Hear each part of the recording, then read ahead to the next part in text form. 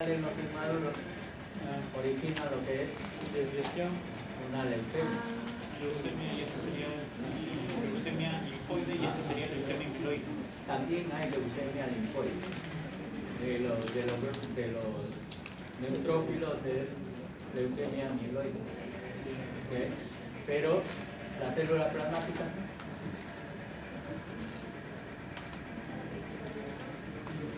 Linfoma, si se encuentran en sangre periférica, se olvidaron de dijo.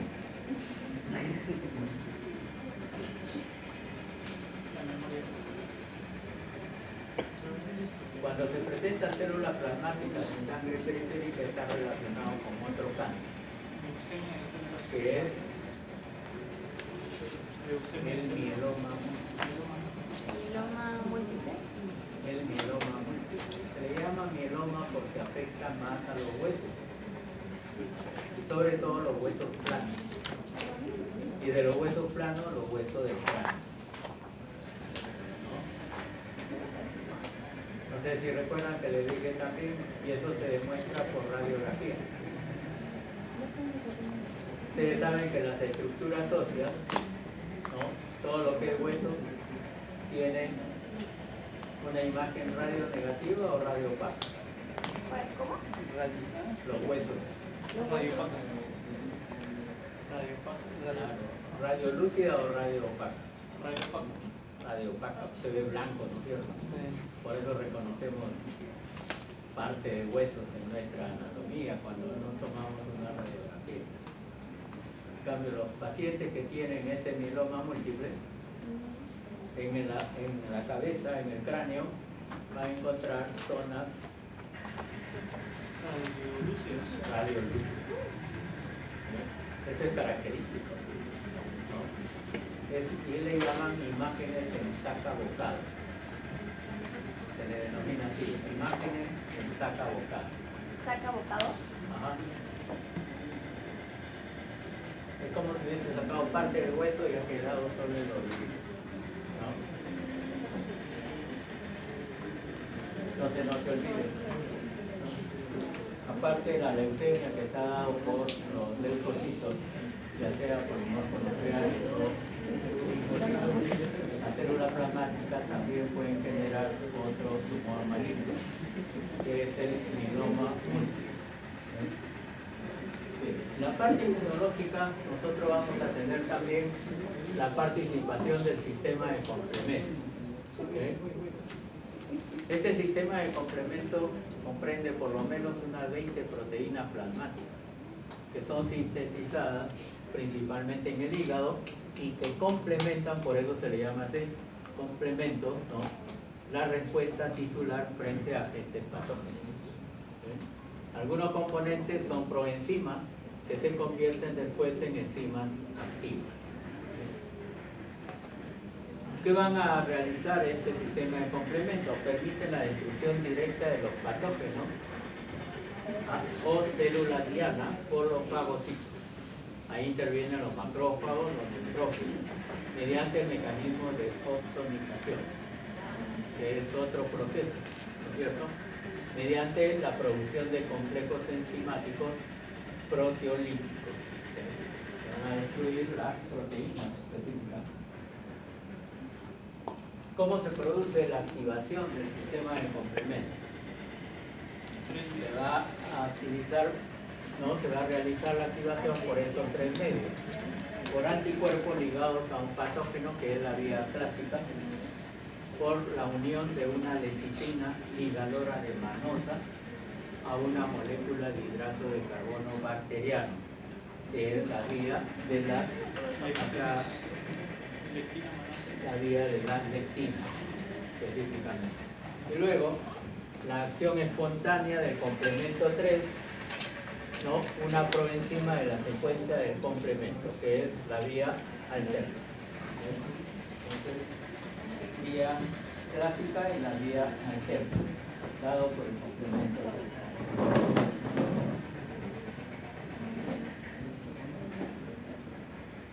Acá tienen las características específicas del complemento.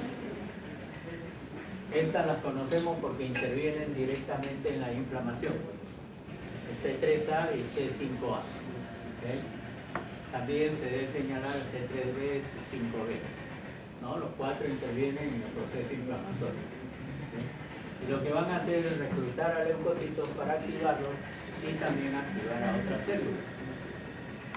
Luego vamos a tener el C3B y el C4B que marcan diana para la acción de fagocitos, ¿no? Los patógenos se destruyen por ensamblaje final del complejo de ataque de membrana, por ensamblaje final de MAP, que significa complejo de ataque de membrana, ¿no?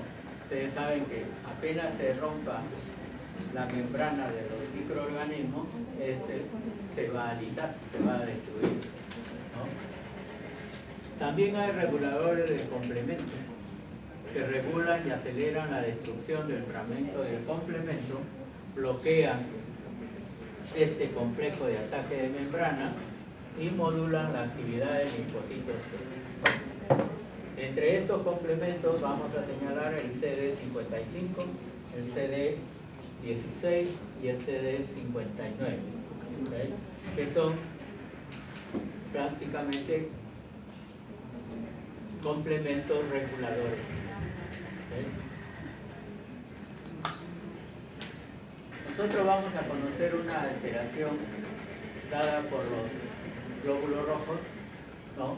Que se conoce con el nombre de hemoglobinuria paroxística nocturna. ¿Okay? Que va a dar episodio de hemólisis por marcada poluria y anemia, ¿okay?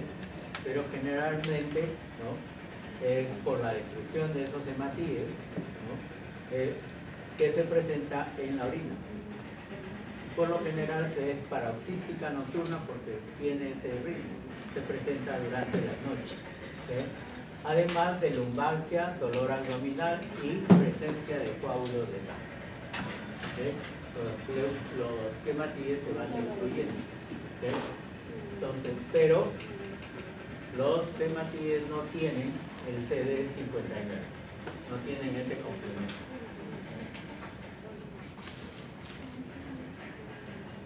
¿Okay? Esa es la parte general. También debemos de conocer los trastornos del sistema inmunitario. ¿Okay?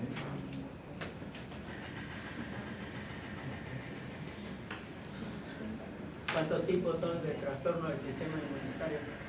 Hipersensibilidad. 3 o 4. 4 trastornos del sistema inmunitario. El más frecuente es el tipo 1, ¿no es cierto? Que es la hipersensibilidad inmediata, que está dado característicamente por todos los procesos alérgicos, ¿no? Hipersensibilidad inmediata, ¿okay?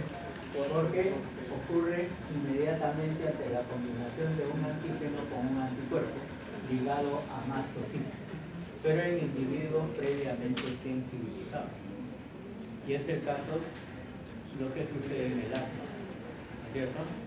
También en los procesos gripales en un inicio siempre, ¿no? El clásico factor alérgico que lo caracterizan los estornudos, ¿no? Entre las fases de esta hipersensibilidad inmediata vamos a tener primero una respuesta inmediata, que está dado por todos los factores que corresponden a un proceso inflamatorio. Hay vasodilatación, permeabilidad vascular y también espasmo de músculo liso o secreciones glandulares. ¿Okay? Esto es característica muchas veces del proceso inflamatorio, de cómo se inicia. Pero también hay una respuesta tardía. Y esa respuesta tardía puede ocurrir sin exposición al antígeno, donde hay un infiltrado inflamatorio que puede ser eosinofílico, ¿no? Preponderantemente hay neutrófilos y también linfocitos T, pero con destrucción tisular. Esta hipersensibilidad inmediata, ¿no? O alergia está mediado por inmunoglobulina E. Las alergias están mediadas por inmunoglobulina E. Bien, acá tienen hora de la exposición al alergeno, ¿no?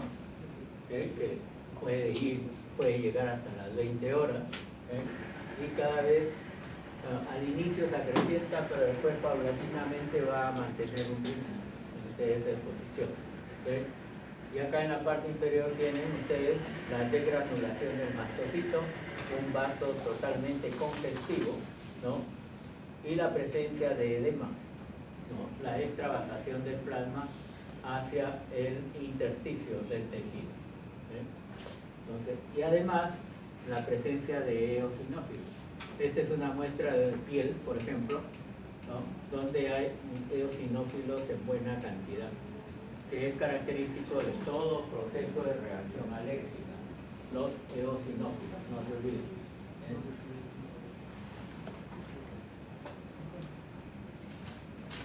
Acá tienen el esquema también de sus textos de Robin, ¿no? Patogenia de la reacción de hipersensibilidad de tipo 1, ¿no?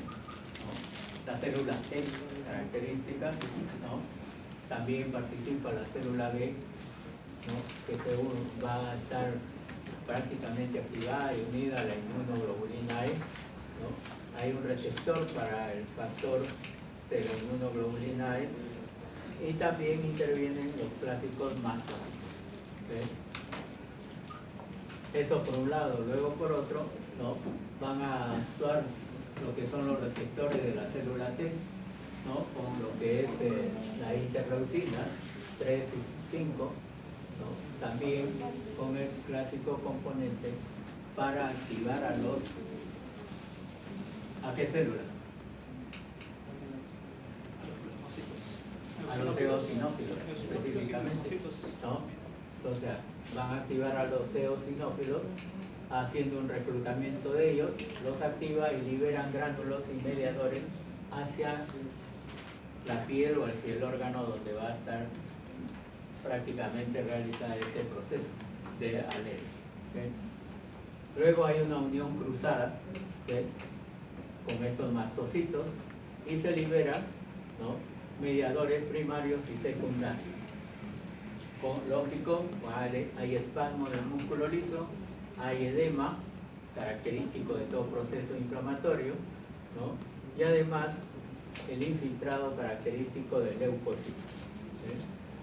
Preferencia polimorfonucleares y eocitos. Y eso provoca una gran activación de las mucosas.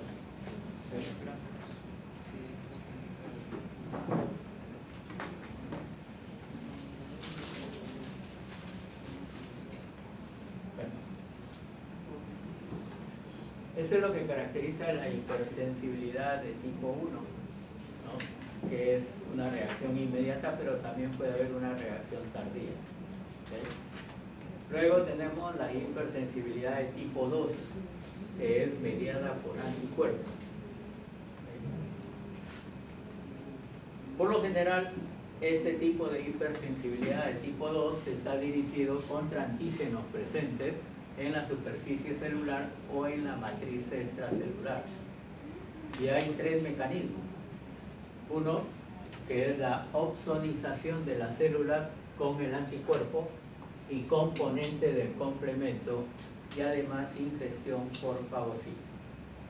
La opsonización comprende eso: acción de las células con anticuerpo y los componentes del complemento e ingestión por fagocito.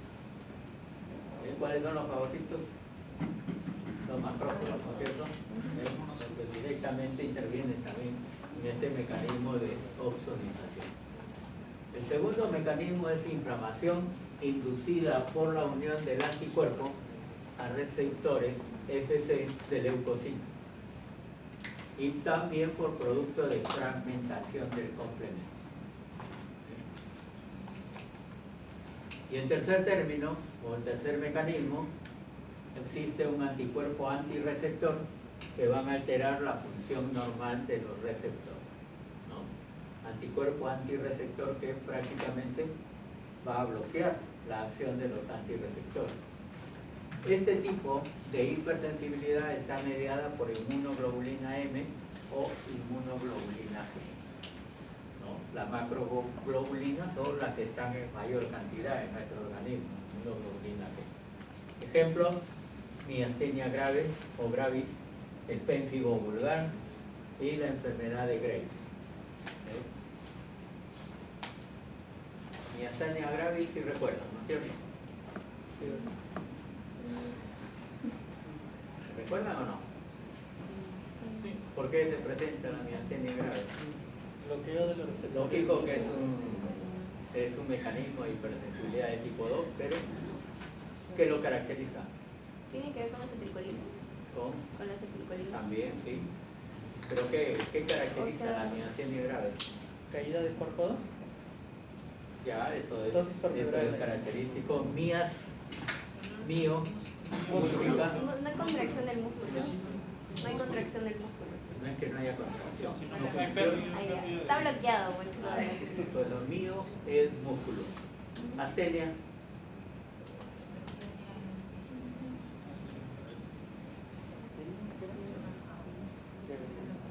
siempre han utilizado ese término cuando una persona está cansada. ¿Qué le dicen?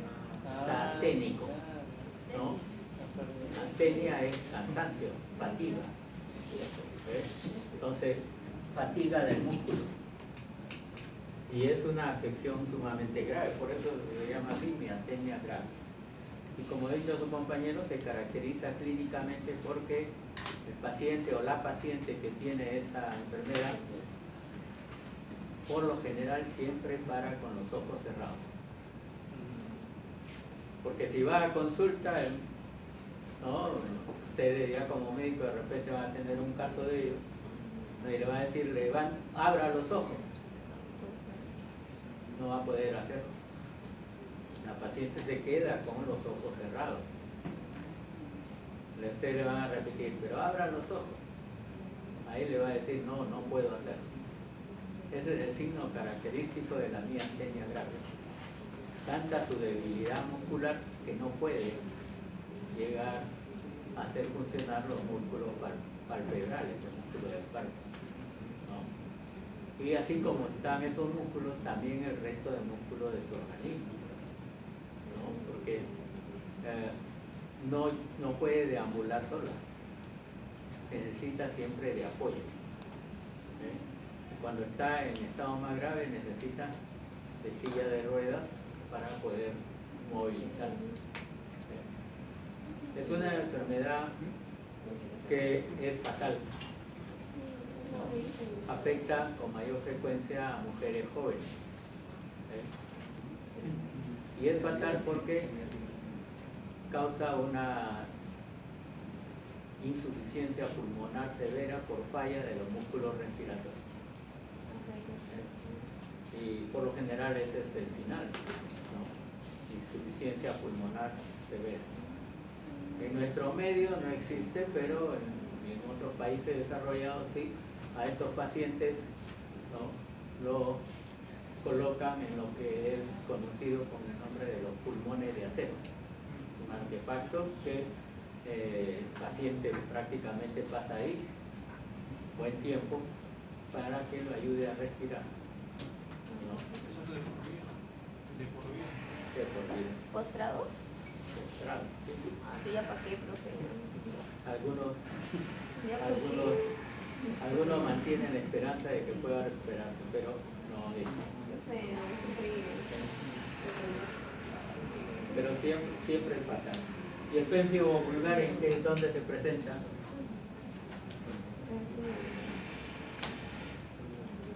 Cuando hagan dermatología van a conocer esta entidad. ¿Qué es? La enfermedad se presenta en la piel. Pero que Se caracteriza por la presencia de ampollas en casi todo el todo el organismo. cuerpo. Sí. Y la enfermedad de Graves, que se presenta en qué órgano? ¿Ah? Así es, en la tiroides. La enfermedad de Graves que se presenta en la tiroides. Antes se le llamaba Graves Basedow, ahora ha quedado nada más como la enfermedad de Graves o Graves. Acá tienen el esquema, ¿no? Opsonización y fagocitosis. ¿Okay? donde hay activación bastante marcada del complemento, receptor de los factores F, ¿no? También receptor C3b, el complemento, y este es el fagocito, ¿no? Que va a fagocitar al elemento extraño y luego vamos a tener la fagocitosis característica. ¿Okay? Luego, la inflamación mediada por el complemento y el receptor del factor FC, ¿no? El receptor FC, ¿no? La activación del complemento. Luego, los subproductos del complemento, que son el C3A y el C5A, y la presencia de enzimas de neutrófilo que dan formas intermedias de oxígeno reactivo. ¿Okay? Entonces, esto es lo que sucede en la inflamación y lesión tisular. ¿Okay? En todos estos procesos hay reacción inflamatoria, siempre. ¿Okay? Luego, la C, que es una disfunción celular mediada por anticuerpos. ¿Okay? Por ejemplo, en lo que es la enfermedad de Gray, anticuerpos contra el receptor de la hormona, la tiroestimulante, ¿no? ¿Okay? Este receptor de hormona tiroestimulante, con acción de los anticuerpos, prácticamente va a tener efectos sobre las células tiroideas, ¿no? Pero lo que va a ocurrir es que esta célula tiroidea va a tener alteraciones en la formación o producción de sus hormonas, ¿no? El anticuerpo prácticamente estimula al receptor sin necesidad de hormonas. O sea, ahí prácticamente no se efectúa el proceso para producir hormonas. ¿Okay? Y esto es lo que el esquema, ¿no? Donde hay prácticamente la placa motora terminal de un axón, ¿no? La acción de la acetilcolina, luego un anticuerpo para el receptor de esta acetilcolina, ¿no? Para que se inhiba la acción del neurotransmisor al receptor.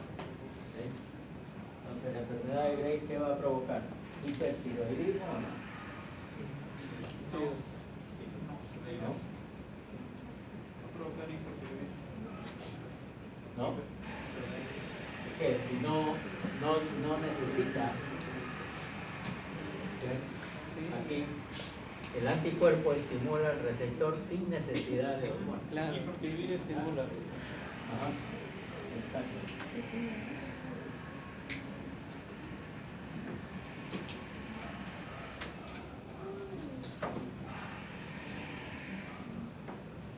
Luego tenemos la hipersensibilidad de tipo 3. Este proceso de hipersensibilidad de tipo 3 está mediado por inmunocomplejos, ¿no?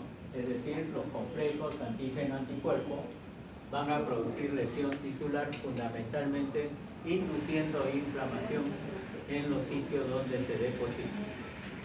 Y ese lugar donde se depositan es en las paredes vasculares y también por fuera de estos vasos, ¿no? Dentro y fuera de los vasos va a provocar este tipo de hipersensibilidad mediada por el inmunocomplejo. Acá tienen ustedes las fases, ¿no? Lo que primero va a existir es una formación de inmunocomplejo. En segundo término, el depósito de esos inmunocomplejos, que puede ser dentro del vaso o fuera del vaso, ¿no? Y en tercer término, inflamación mediada por estos inmunocomplejos. Y esto se presenta, por ejemplo, en el lupus eritematoso sistémico, en la poliarteritis nodosa, en la glomerulonefritis post-estreptocócica, también en la glomerulonefritis agudas, y en la reacción de Artus y en la enfermedad de suelo, ¿no? Estos son ejemplos de este tipo de hipersensibilidad de tipo 3. ¿Sí? Entonces, la que más va a llamar la atención es el lupus, ¿no? Lupus eritematoso sistémico, una enfermedad también fatal, ¿cierto? ¿Sí? Ustedes van a comprender, ¿no? Van a poder sacar una conclusión. Estas enfermedades de tipo inmunológico, por lo general, es más frecuente en damas. Sí. ¿No? Lo que hemos mencionado, la enfermedad, la miastenia grave, es más frecuente en mujeres. El lupus también es más frecuente en mujeres. todas ellas son fatales. Porque el lupus es multiorgánico, por eso se le llama sistémico. Afecta casi todos nuestros aparatos del sistema. Si bien comienza con la piel, pero los inmunocomplejos que desarrolla van a afectar pulmones, corazón, ¿no? También puede afectar al cerebro, ¿no? Entonces se señala una serie de características clínicas que desarrolla la paciente que tiene el lupus eritematoso sistémico. Pero eso muchas veces también se presenta en varones. Pero en varones en lo opuesto, se presenta más en adultos mayores. Adultos mayores pueden presentar alteraciones de lupus, también de este tipo, lupus eritematoso. En este proceso de hipersensibilidad tipo 3, primero tenemos la formación de inmunocomplejos, ¿no? Que va a iniciarse con la introducción del antígeno, que es una proteína, ¿no? E interacciona con células inmunocompetentes, que son linfocitos y plasmocitos, ¿okay? Dando lugar a la formación de este es un anticuerpo libre, va a formar los clásicos anticuerpos, ¿okay? Antígenos circulantes que se adhieren al anticuerpo libre, ¿no? Y van a formar los clásicos complejos antígeno-anticuerpo, ¿okay? Esa es la fase 1, formación de inmunocomplejo.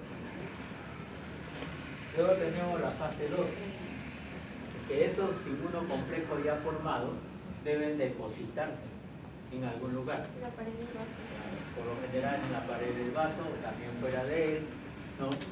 Estos complejos antígeno-anticuerpos que se forman por vía sanguínea se depositan también en los diferentes tejidos del organismo. Existen dos factores para que se efectúe el depósito de inmunocomplejos y el desarrollo de enfermedad. Uno, el tamaño de los inmunocomplejos. Los pequeños son más patógenos, son más graves, ¿okay? Son de mayor cuidado los complejos, ¿no? Los inmunocomplejos pequeños. Y también hay que tener en cuenta la integridad funcional del sistema fagocítico mononuclear, para que pueda actuar contra esta formación de inmunocomplejos, ¿no? Porque si tenemos, o si está muy venido a menos nuestra integridad funcional del sistema fagocítico mononuclear, irremediablemente la enfermedad va a seguir avanzando. Y es lo que sucede con el lupus, ¿no? El compromiso es a diferentes órganos y sistemas de nuestro organismo, y es en forma progresiva siempre, ¿okay? Ahí, acá tenemos un polimorfo nuclear, los clásicos complejos formados, antígeno anticuerpo, y a la acción también, en este caso, de la citoquina. Y luego tiene la fase 3, que es la inflamación mediada por inmunocomplejos, ¿no? Polimorfos nucleares actuando siempre, ¿no? Los factores de complemento, ¿no?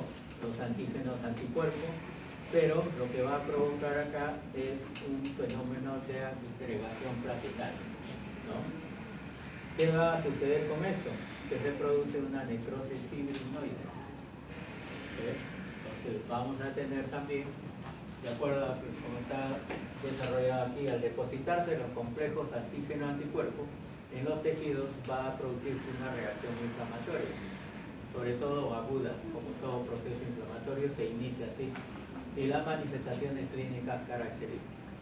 Esta inflamación se produce por dos mecanismos: activación del complemento y activación del neutrófilo cinematógrafo. También se activa la agregación plaquetaria y el factor de Agerman,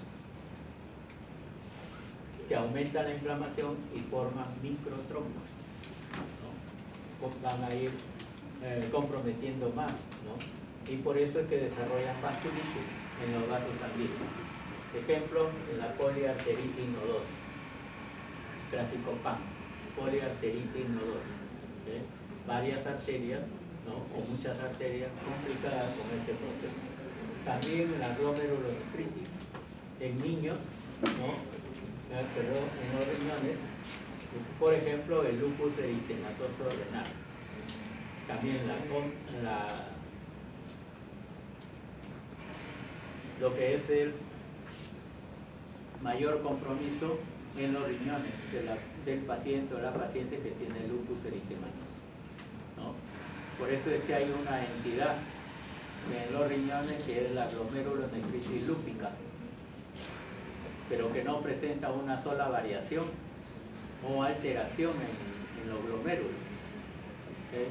Sino que hay hasta 3 formas, por lo menos, de alteraciones de estos glomérulos en los riñones, ¿okay? También vamos a tener cuadros de artritis, ¿no? Definitivamente que se ven en las articulaciones, y el ejemplo característico es en artritis reumatoide, ¿okay? Artritis reumatoide. Ustedes van a tener que hay vasculitis por inmunocomplejo, ¿no?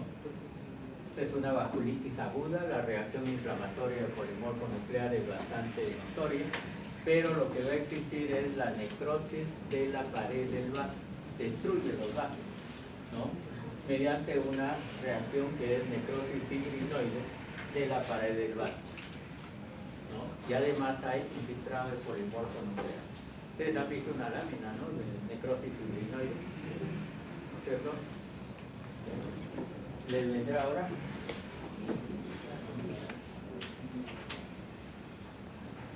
Una de estas alteraciones que se presentan también en